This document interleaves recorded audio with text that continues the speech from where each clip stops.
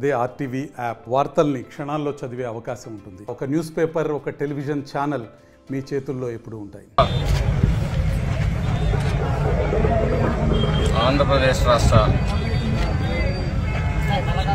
ప్రజలందరికీ కూడా తెలుగుదేశం పార్టీ తరఫున వందనాలు. ఎన్డీఏ కూటమిని ఆశీర్వదించారు. ప్రజలు వాస్తవాల్ని గ్రహించారు. ప్రజలు ఏదైతే మరి పన్నుల బాధతోటి అలాగే దుర్మార్గంతో దౌర్జన్యంతో దోపిడీ పరిపాలనే వ్యతిరేకంగా ఈరోజు ఈ రాష్ట్రానికి అభివృద్ధి కావాలి, మా బిడ్డలకి భవిష్యత్తు కావాలి, ఈ రాష్ట్రానికి సంక్షేమం కావాలి, మేము ఈ బానిస సంఖ్యల నుంచి బయటపడాలని ఒకే ఒక ఉద్దేశంతో ఈరోజు ప్రజలందరూ కూడా మరి తెలుగుదేశం ఎన్డీఏ కూటమికి అఖండమైన మెజార్టీ మరి ఇచ్చి 164 సీట్లు ఇచ్చి ఆశీర్వదించారు.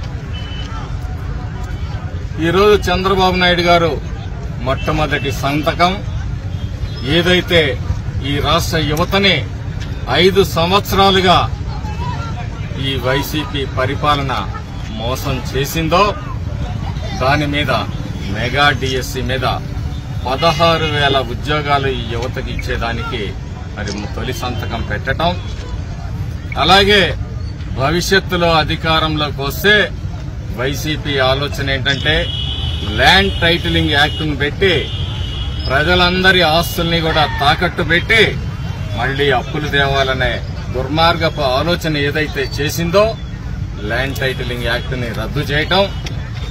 మూడోది మరి పేదలకి ఒక్కసారిగా 1,000 రూపాయలు పెన్షన్ ని పెంచుతూ ఎన్నికల ముందు ఏదైతే వాగ్దానం చేశారో పెరిగిన ధరలు మరి ఆర్థిక పరిస్థితుల్ని దృష్టిలో ఉంచుకుని పేదలందరికీ కూడా అవ్వాతాతలందరికీ కూడా మొట్టమొదటి నెల జూలై నెలలో 7,000 రూపాయలు, తరువాత నుంచి 4,000 రూపాయలు ఇవ్వటానికి మరి ఎంపీసీ బైపీసీ విద్యార్థులకి ఒక వరం సీఏ సీఎంఏ కోర్సులు. సీఏ సీఎంఏ చదివే విద్యార్థుల్లో 40% మంది ఎంపీసీ మరియు బైపీసీ విద్యార్థులే. Master minds.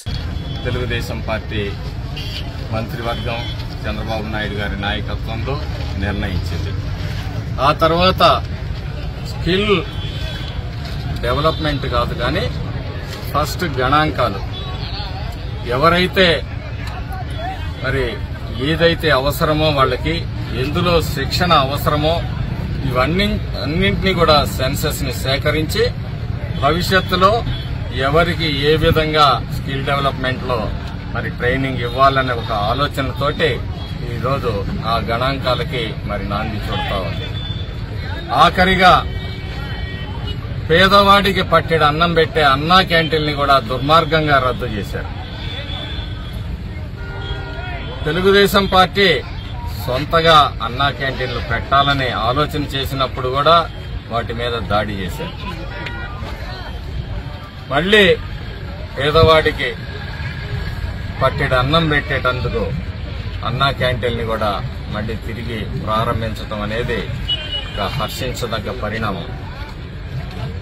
పేదల పట్ల చిత్తశుద్ధిని తెలుగుదేశం పార్టీ నిరూపించుకుంటుంది.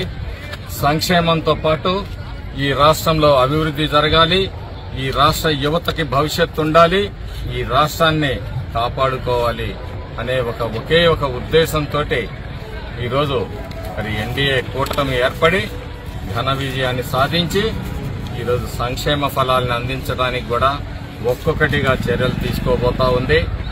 అలాగే భవిష్యత్తులో కూడా ఇక్కడ పోలవరం గాని, రాజధాని గాని, మరి నీటిపారుదల ప్రాజెక్టులను గాని పూర్తి చేసేందుకు ఆలోచనలు చేస్తా ఉంది.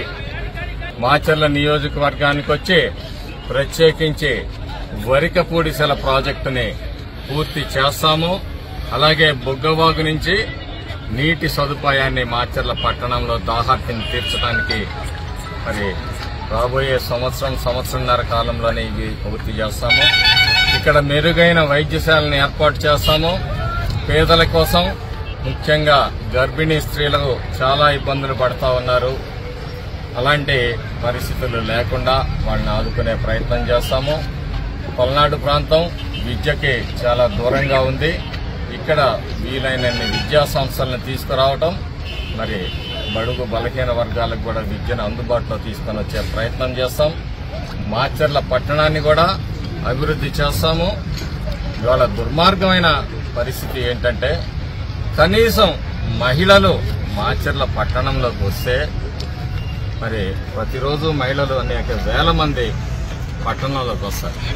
కనీసం వాళ్ళకి టాయిలెట్ సదుపాయం కూడా 4 సార్లు శాసనసభ్యుడిగా చేసిన ఈ శాసనసభ్యుడు ఆలోచించలేదంటే ఇతనికి ఏ మేర చిత్తశుద్ధి అని చెప్పి నేను ఆలోచిస్తాను.